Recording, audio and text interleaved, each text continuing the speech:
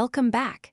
In this video, I will teach you how to upload files to Perplexity AI so you can analyze documents, summarize reports, and get answers based on your own files. If you've ever wanted Perplexity to analyze a document, summarize a report, or answer questions based on your own materials, uploading a file is the simplest way to give it the right context. There are two easy ways to do this, and I'll walk you through both, along with some helpful tips so everything goes smoothly. First, let's use the Attach button in the search bar. Look for the search bar where you normally type your question. You'll see a small plus icon labeled Attach. Click it, and your computer's file picker will open. Browse to the document you want to share and select it. You can choose a single file, or if you're working across multiple documents, select more than one at the same time. After you confirm, Perplexity will show the file name or a small attachment beneath the search bar. Give it a moment to finish uploading. Larger files may take a little longer, and you might see a brief progress indicator.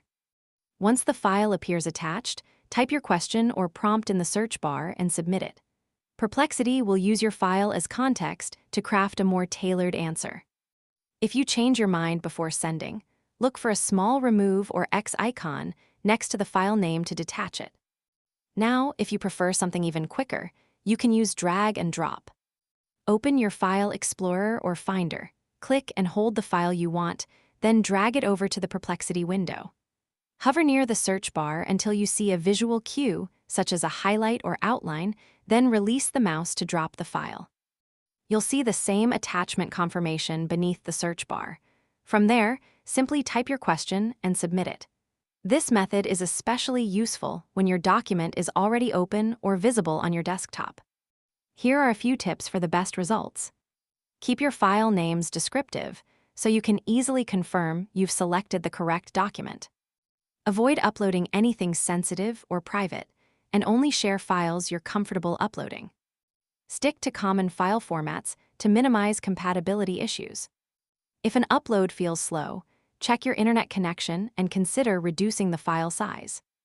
And if drag and drop isn't working in your browser, the Attach button is always a reliable alternative. And that's it. I hope this video helped you. Please don't forget to like, subscribe, and share this video if you found it useful. Thanks for watching.